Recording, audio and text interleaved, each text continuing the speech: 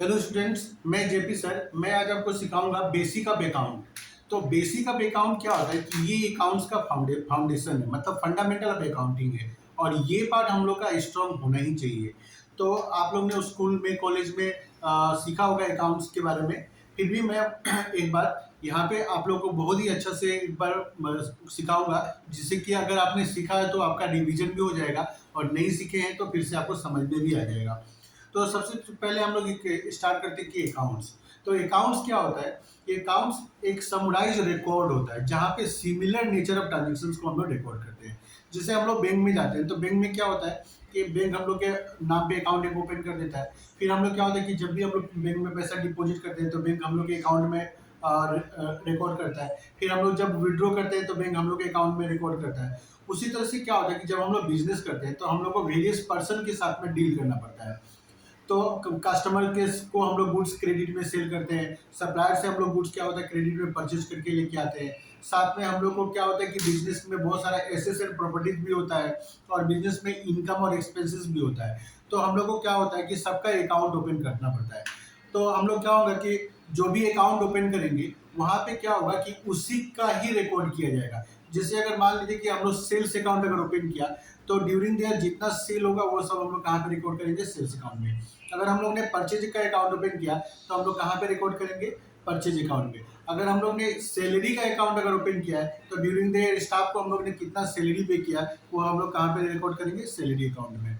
तो इसीलिए क्या है कि अलग अलग जितना भी हम लोग बिजनेस में डील करते हैं, सबका हम लोग क्या करते हैं कि अलग अलग अकाउंट हम लोग ओपन करते हैं। और हम लोग क्या होता है कि जिससे रिलेटेड जो इनकम, एक्सपेंसेस, एसेट से जिससे भी रिलेटेड हो, तो हम लोग क्या होता है कि उसी अकाउंट में हम लोग रिकॉर्ड करते हैं। तो इसलिए बोला जाता है कि account is a summarise record of all transaction. तो जितना भी बिजनेस का ट्रांजेक्शन है, तो अकाउंट क्या है? उसका समराइज एक रिकॉर्ड होता है। तो अब इसके बाद में क्लासिफिकेशन ऑफ अकाउंट क्या होता है वो देखिए। तो अकाउंट्स को हम लोग टू टाइप्स में हम लोग क्लासिफाई कर सकते हैं। तो क्लासिफिकेशन ऑफ अकाउंट्स,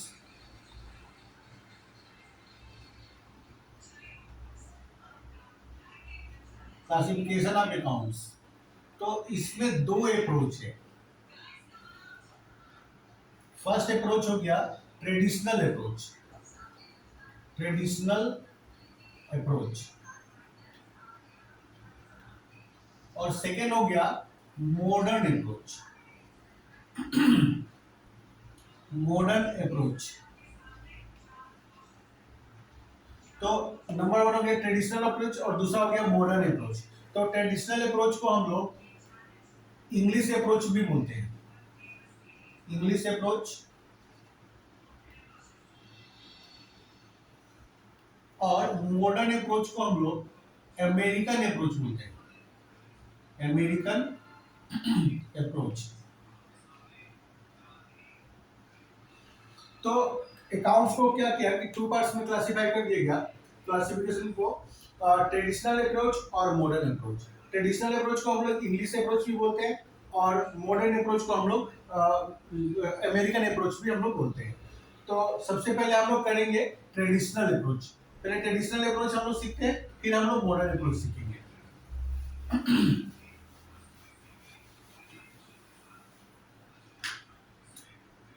तो नंबर ए, ट्रेडिशनल अप्रोच।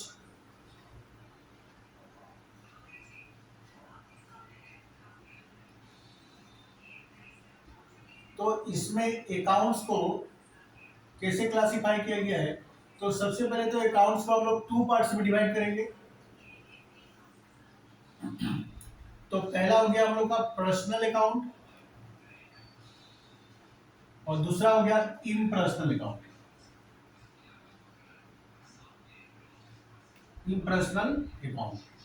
तो अकाउंट्स को टू पार्ट्स में डिवाइड कर दिया गया, पर्सनल अकाउंट और impersonal account. Again personal account को भी थ्री पार्ट्स में डिवाइड कर दिया गया। Natural, natural personal account. Number two, artificial personal account.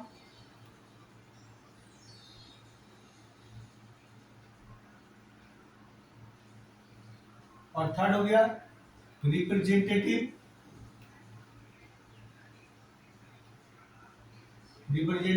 Personal account.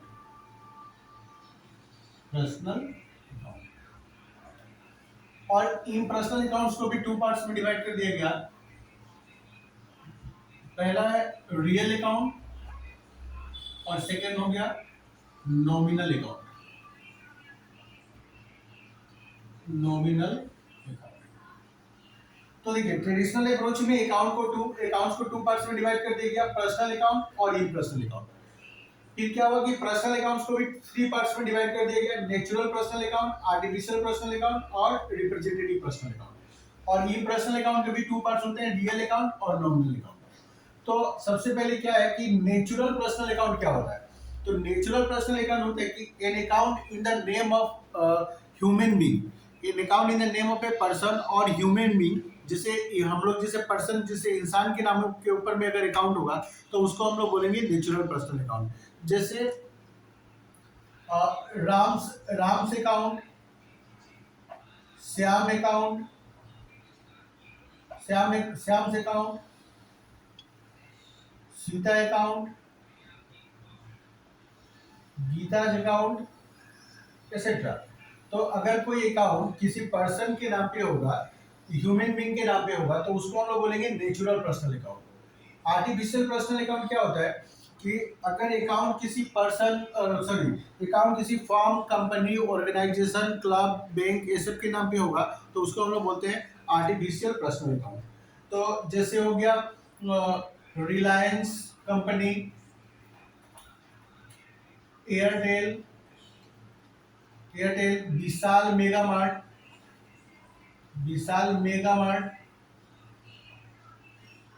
Etcetera, state bank of India,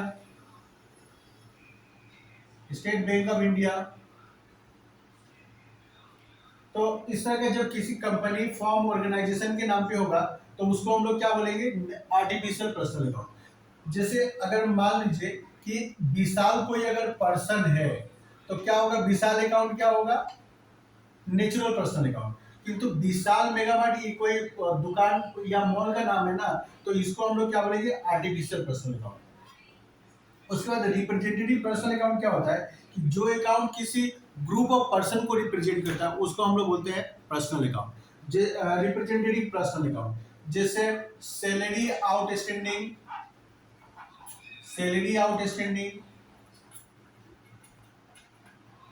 rent prepaid, etcetera. तो इस तरह का जो अकाउंट होता है उसको हम लोग बोलते हैं रिप्रेजेंटेटिव पर्सनल अकाउंट। तो ये सैलरी आउटस्टैंडिंग किसको रिप्रेजेंट कर रहा है? स्टाफ को रिप्रेजेंट कर रहा है, क्योंकि स्टाफ को इतना सैलरी देना बाकी है। रेंट प्रीपेड, रेंट हम लोग ने क्या हुआ कि ऑनर को हम लोग ने एडवांस दे के रखा है, तो ये किसको रिप्रेजेंट कर रहा है? ऑनर ऑफ द बिल्डिंग को। तो rent prepaid owner of the building को रिप्रेजेंट कर रहा है, तो इसलिए हम लोग क्या बोलेंगे? इसको रिप्रेजेंटेटिव पर्सनल अकाउंट।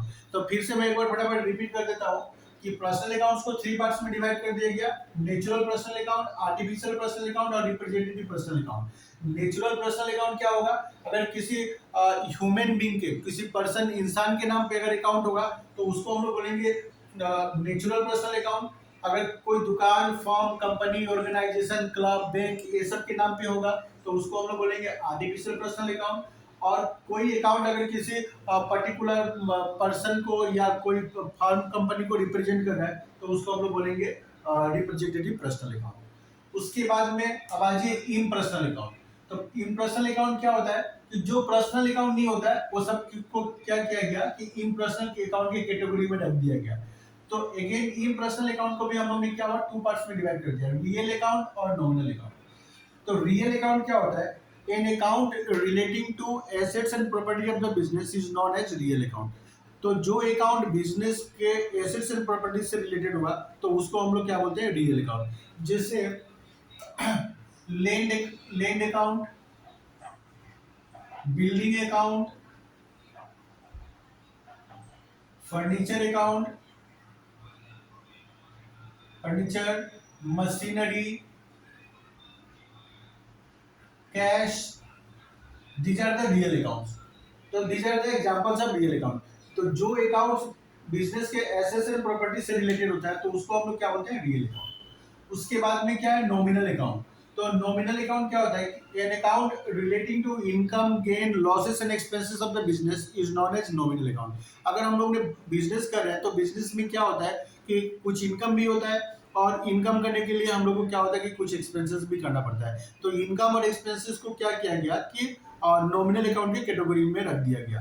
तो नॉमिनल अकाउंट का एग्जांपल क्या क्या हो सकता है, एग्जांपल जैसे रेंट, रेंट पे किया हम लोग ने, स्टाफ को सैलरी पे किया, सैलरी अकाउंट। उसके बाद वेजेस, लेबर को हम लोग ने वेजेस पे किया। उसके बाद में interest account, interest account, discount account, commission account, commission account etcetera. तो जो भी अकाउंट बिजनेस का इनकम गेन और लॉस और एक्सपेंसेस से रिलेटेड होगा तो उसको हम लोग क्या बोलेंगे, नॉमिनल अकाउंट। तो ये था तुम्हारा classification of account according to traditional approach. तो एक बार फटाफट मैं फिर से रिपीट कर देता हूँ। अकाउंट्स को टू पार्ट्स में डिवाइड कर दिया गया, पर्सनल अकाउंट और इम्पर्सनल अकाउंट। पर्सनल अकाउंट को भी थ्री पार्ट्स में डिवाइड कर दिया, natural personal account, artificial personal account और रिप्रेजेंटेटिव पर्सनल अकाउंट। तो नेचुरल पर्सनल अकाउंट हो गया जो किसी पर्सन या ह्यूमन बीइंग के नाम पे होगा तो उसको हम लोग क्या बोलेंगे, नेचुरल पर्सनल अकाउंट। किसी फर्म, कंपनी और ऑर्गेनाइजेशन के नाम पे होगा तो उसको हम लोग क्या बोलेंगे, आर्टिफिशियल पर्सनल अकाउंट। और अगर कोई अकाउंट किसी ग्रुप ऑफ पर्सन को रिप्रेजेंट कर रहा है तो उसको हम लोग बोलेंगे representative personal account. Again in personal account को भी टू पार्ट्स में डिवाइड कर दिया गया, रियल अकाउंट और नॉमिनल अकाउंट। तो रियल अकाउंट क्या होता है कि an account relating to assets and property of the business is known as real account. तो जो अकाउंट बिजनेस और बिजनेस का एसेट्स एंड प्रॉपर्टी से रिलेटेड होता है वो सबको हम लोग क्या बोलेंगे, रियल अकाउंट। जैसे land account, building account, furniture, machinery, cash. तो इस तरह का जो भी अकाउंट होता है उसको हम लोग क्या बोलते हैं, रियल अकाउंट। और नॉमिनल अकाउंट हो गया जो अकाउंट बिजनेस का इनकम गेन लॉस और एक्सपेंसेस से रिलेटेड होगा तो उसको हम लोग बोलते हैं नॉमिनल अकाउंट। जैसे rent, salary, wages, interest, discount, commission etcetera. तो उम्मीद करता हूँ आप लोग को ये समझ में आ रहा होगा। तो ये था हम लोग का ट्रेडिशनल अप्रोच। अब हम लोग मॉडर्न अप्रोच से अकाउंट्स को कैसे क्लासिफिकेशन हम लोग करते हैं तो वो देखिए।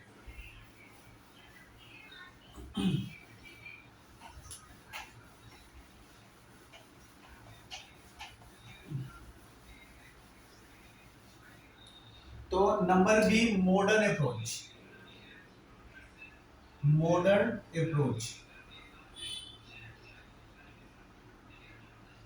या हम लोग इसको अमेरिकन अप्रोच भी बोलते हैं।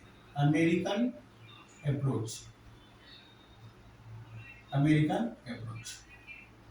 तो ये इस अप्रोच में अकाउंट्स को कैसे क्लासिफाई किया जाता है, तो अकाउंट्स को यहाँ पे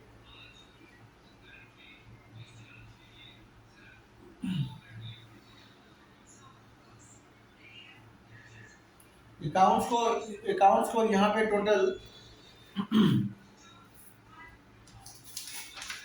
5 पार्ट्स में डिवाइड कर दिया गया है। तो सबसे पहले तो होगा assets, assets account.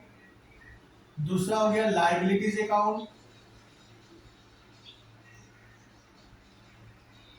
Liabilities account. Third one हो गया हम लोग का capital account. Number 4 expenses account. और लास्ट में हो गया रेवेन्यू अकाउंट, रेवेन्यू अकाउंट। तो मॉडर्न अप्रोच में अकाउंट्स को क्या किया गया कि 5 पार्ट्स में डिवाइड कर दिया गया, assets account, liabilities account, capital account, expenses account और रेवेन्यू अकाउंट। रेवेन्यू अकाउंट का मतलब होता है इनकम अकाउंट। तो ये टोटल 5 पार्ट्स में क्लासिफाई कर दिया गया। तो आप लोग मेरे साथ फटाफट नोट डाउन कर लीजिएगा, ठीक है। तो ये था हम लोग का मॉडर्न अप्रोच। अब हम लोग सीखेंगे कि rules of debit and credit और ये कैसे इसका डेबिट क्रेडिट कैसे किया जाता है।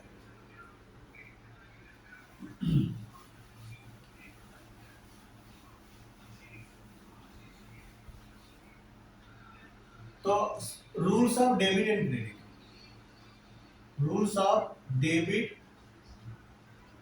And credit, rules of debit and credit.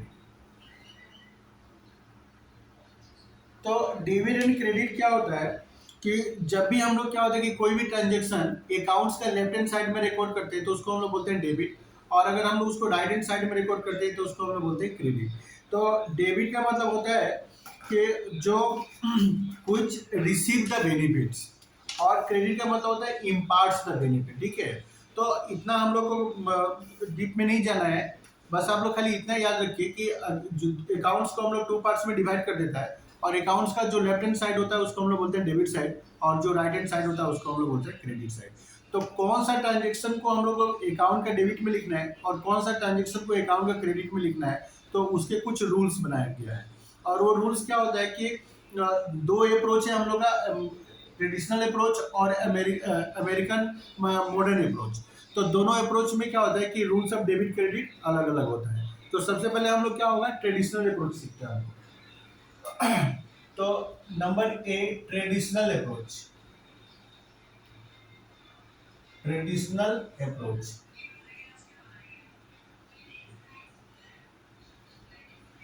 तो ट्रेडिशनल अप्रोच में सबसे पहले क्या आएगा, पर्सनल अकाउंट। पर्सनल अकाउंट, तो पर्सनल अकाउंट में क्या होता है कि पर्सनल अकाउंट पर्सन से रिलेटेड होता है, चाहे वो आर्टिफिशियल पर्सन हो चाहे नेचुरल पर्सन हो। तो पर्सनल अकाउंट में का रूल क्या होगा, debit the receiver, debit the receiver and credit the giver, credit the giver, debit the receiver and credit the giver. तो सामने वाला पार्टी अगर रिसीवर है तो हम लोग उसको डेबिट करेंगे, और अगर वो गिवर है तो क्या होगा, क्रेडिट होगा। उसके बाद में नंबर 2 आएगा रियल अकाउंट। रियल अकाउंट, तो रियल अकाउंट क्या चीज से रिलेटेड था, assets and property of the business. तो इसमें क्या होगा, debit what comes in, debit what comes in and credit what goes out, credit what goes out. तो रियल अकाउंट का रूल क्या हो गया, debit what comes in and credit what goes out. और नंबर 3 क्या हो गया, नॉमिनल अकाउंट।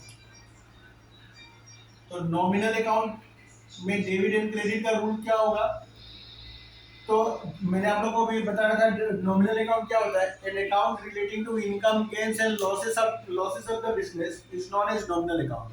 तो यहाँ पे क्या होगा कि नॉमिनल अकाउंट में हम लोग को दो चीज मिलेगा, एक तो हम लोग को इनकम गेन और दूसरा लॉसेस एंड एक्सपेंसेस। तो यहाँ पे क्या होगा कि debit all losses and expenses, debit all losses and expenses. तो बिजनेस का जितना लॉस और एक्सपेंसेस होगा वो क्या होगा, डेबिट होगा। And credit all incomes and gains, incomes and gains. तो जितना लॉस और एक्सपेंसेस होगा उसको हम लोग क्या करेंगे, डेबिट करेंगे, और इनकम और गेन होगा तो उसको हम लोग क्या करेंगे, क्रेडिट करेंगे। तो ये था rules of debit under traditional approach. तो उम्मीद करता हूँ आप लोग को समझ में आ रहा होगा। ठीक है, तो आप लोग एक बार वीडियो को पॉज करके आप लोग ये रूल लिख ले।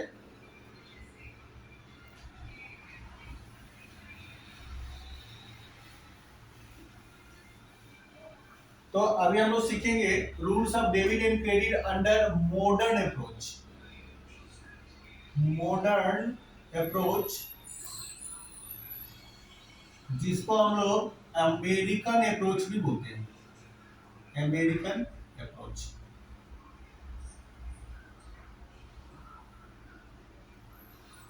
तो इसमें ऐसे, इसमें अकाउंट्स को हम लोग ने 5 पार्ट्स में क्लासिफाई कर दिया था।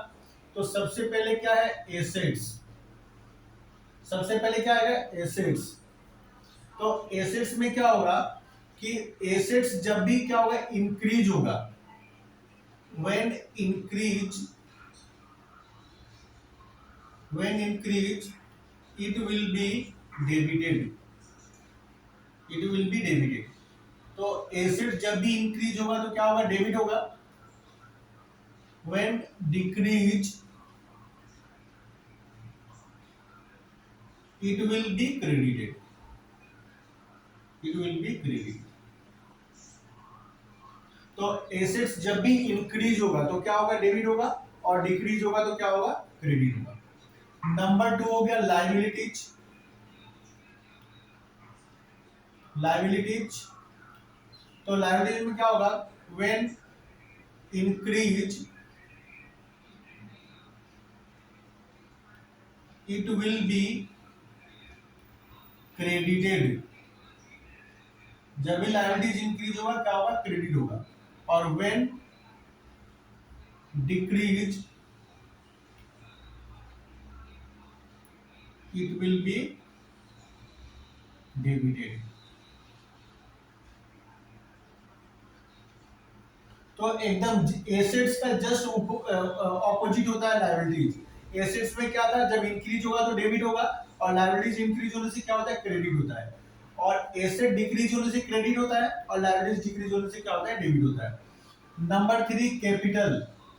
तो capital is just like liabilities, तो इसका भी रूल वही है, when increase it will be debited, sorry, it will be credited, when decrease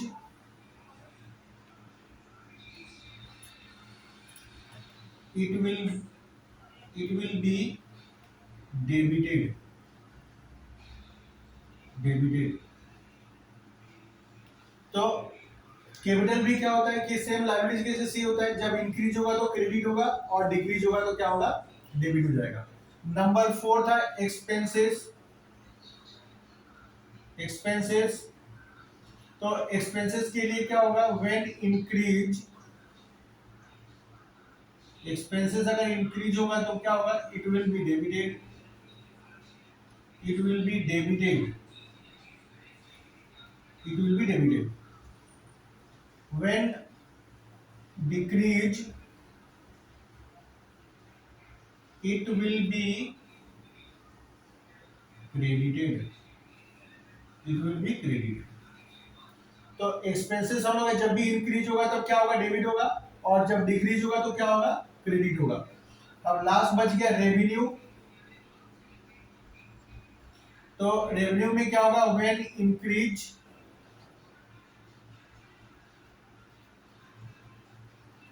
it will be credited, credit हो जाएगा। व्हेन डिक्रीज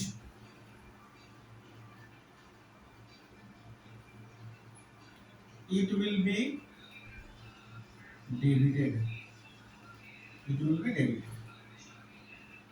तो रेवेन्यू में क्या होगा, जब रेवेन्यू हम लोग का इंक्रीज होगा, मतलब इनकम अगर इंक्रीज होगा तो क्या होगा, क्रेडिट होगा, और जब डिक्रीज होगा तो क्या होगा, डेबिट होगा। तो ये था rules of debit and credit under modern approach. तो आप लोगों को समझ में आ रहा होगा। तो एक चीज यहाँ पे देखिए, एसेट्स और एक्सपेंसेस दोनों का एक ही रूल होता है। एसेट्स और एक्सपेंसेस जब इंक्रीज होगा तो डेबिट होगा, और डिक्रीज होगा तो क्रेडिट होगा। और लायबिलिटीज और कैपिटल और रेवेन्यू, ये तीनों के लिए क्या है, सेम रूल है। जब भी क्या होगा, इंक्रीज होगा क्रेडिट होगा, और डिक्रीज होगा तो डेबिट होगा। तो आप लोग ऐसे भी क्या होता है, याद रख सकते हैं कि एसेट्स और एक्सपेंसेस, एसेट्स और एक्सपेंसेस के लिए सेम रूल है, और लायबिलिटीज उसके बाद में कैपिटल और इनकम, इसके लिए क्या है, सेम रूल है, सेम रूल है। तो आप लोग ये ऐसे भी शॉर्टकट में याद रख सकते हैं, rules of debit and credit. तो ये था rules of debit and credit under modern approach, ठीक है।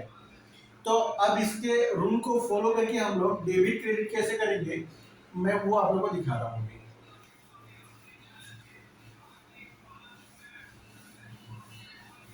तो हम लोग अभी एक एग्जांपल लेंगे, और उस एग्जांपल के हेल्प से समझेंगे कि कैसे डेबिट एंड क्रेडिट होता है। तो जैसे नंबर 1 मैंने ले लिया, एक ट्रांजेक्शन ले लिया, machinery purchased, machinery purchased for cash, for cash ₹50,000। तो ये एक ट्रांजेक्शन है, मशीनरी हम लोग ने परचेज किया कैश में 50,000 का, तो अब यहाँ पे हम लोग को सबसे पहले तो अकाउंट्स क्लासीफाई करना पड़ेगा। तो एक तो हो गया मशीनरी और दूसरा है कैश। तो इस ट्रांजेक्शन के अंदर में दो अकाउंट इन्वॉल्व है, एक तो मशीनरी है और दूसरा कैश है। तो सबसे पहले हम लोग ट्रेडिशनल अप्रोच का बात करते हैं। हम लोग ट्रेडिशनल अप्रोच, तो ट्रेडिशनल अप्रोच में एक तो यहाँ पे मशीनरी है और दूसरा क्या है, कैश है। तो मशीनरी क्या अकाउंट होता है, मशीनरी हम लोग का बिजनेस का एसेट्स एंड प्रॉपर्टीज है, इसलिए मशीनरी को हम लोग क्या बोलेंगे, रियल अकाउंट। मशीनरी क्या है, रियल अकाउंट है। और केस भी क्या होता है, हम लोग का एसेट्स एंड प्रॉपर्टीज है, तो केस को भी हम लोग क्या बोलेंगे, रियल अकाउंट। तो इसका मतलब है कि यहाँ पे रियल अकाउंट का रूल अप्लाई होने वाला है। तो रियल अकाउंट में rules of debit and credit क्या था, debit word comes in and credit word goes out. तो रियल अकाउंट में rules of debit and credit क्या था, debit word comes in and credit word goes out. मतलब जो आ रहा है उसको हम लोग को डेबिट करना है और जो जा रहा है उसको हम लोग क्या करना है, क्रेडिट करना है। तो अब आप ध्यान से देखिए, यहाँ पे मशीनरी हम लोग परचेज कर रहे हैं, तो मशीनरी क्या हो रहा है, मशीनरी कम्स इन। तो मशीनरी कम्स इन, तो इसलिए मशीन क्या होगा, डेबिट होगा। और केस, मशीन जब हम लोग परचेज करेंगे तो उसके लिए हम लोग केस पे कर रहे हैं, तो केस क्या हो रहा है, goes out, case goes out. तो इसलिए इसको हम लोग क्या करेंगे, क्रेडिट। अब मॉडर्न अप्रोच से इसको हम लोग कैसे करेंगे, मॉडर्न अप्रोच में तो अब देखिए मशीनरी और दूसरा क्या है, कैश। तो मशीनरी भी एसेट होता है और कैश भी क्या है, एसेट है। और एसेट्स के लिए क्या था रूल्स एंड डेबिट क्रेडिट, कि जब एसेट इंक्रीज होगा तो डेबिट होगा और डिक्रीज होगा तो क्या होगा, क्रेडिट होगा। तो मशीनरी क्या हो रहा है, इंक्रीज हो रहा है। मशीनरी हम लोग परचेज कर रहे हैं ना, तो मशीनरी क्या हो रहा है, इंक्रीज हो रहा है, तो इसलिए ये क्या होगा, डेबिट होगा। और मशीन जब हम लोग परचेज करेंगे तो क्या होगा, वी हैव टू पे केस, इज नॉट इट। तो हम लोग को केस पे करना पड़ेगा, तो केस क्या हो रहा है, कम हो रहा है, तो केस डिक्रीज हो रहा है। तो क्या होगा, डिक्रीज होने से क्या होता है, क्रेडिट। ठीक है।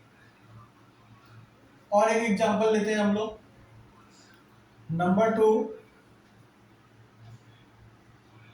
Wages paid, wages paid ₹20,000। मान लीजिए हम लोग लेबर को वेजेस पेड किया 20,000। तो अब यहाँ पे सबसे पहले ट्रेडिशनल अप्रोच,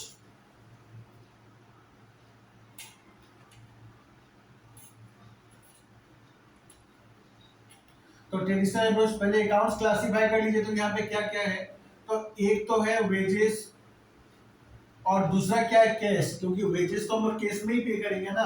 तो दूसरा क्या है, कैश। तो वेजेस क्या है, वेजेस बिजनेस का एक्सपेंसेस होता है, तो इसको हम लोग क्या बोलेंगे, ये नॉमिनल अकाउंट है। और कैश क्या है, रियल अकाउंट है। तो यहाँ पे हम लोग को दो चीज मिला, एक तो नॉमिनल मिला और दूसरा क्या मिला, रियल। तो नॉमिनल अकाउंट का रूल क्या होता था, नॉमिनल अकाउंट का रूल क्या था, debit all losses and expenses and credit all incomes and gains. तो wages is our expenses, so it will be debited. तो वेजेस क्या है, एक्सपेंसेस है, तो एक्सपेंसेस है तो क्या होगा, ये डेबिट होगा। और कैश क्या है, रियल अकाउंट। और रियल अकाउंट का रूल क्या था, debit word comes in and credit word goes out.